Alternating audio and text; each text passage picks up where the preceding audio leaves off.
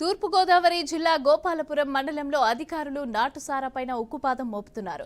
రాంపాలెం గ్రామ శివారులోని అక్రమంగా నిర్వహిస్తున్న సారా బట్టీలపైన పోలీసులు దాడి చేశారు.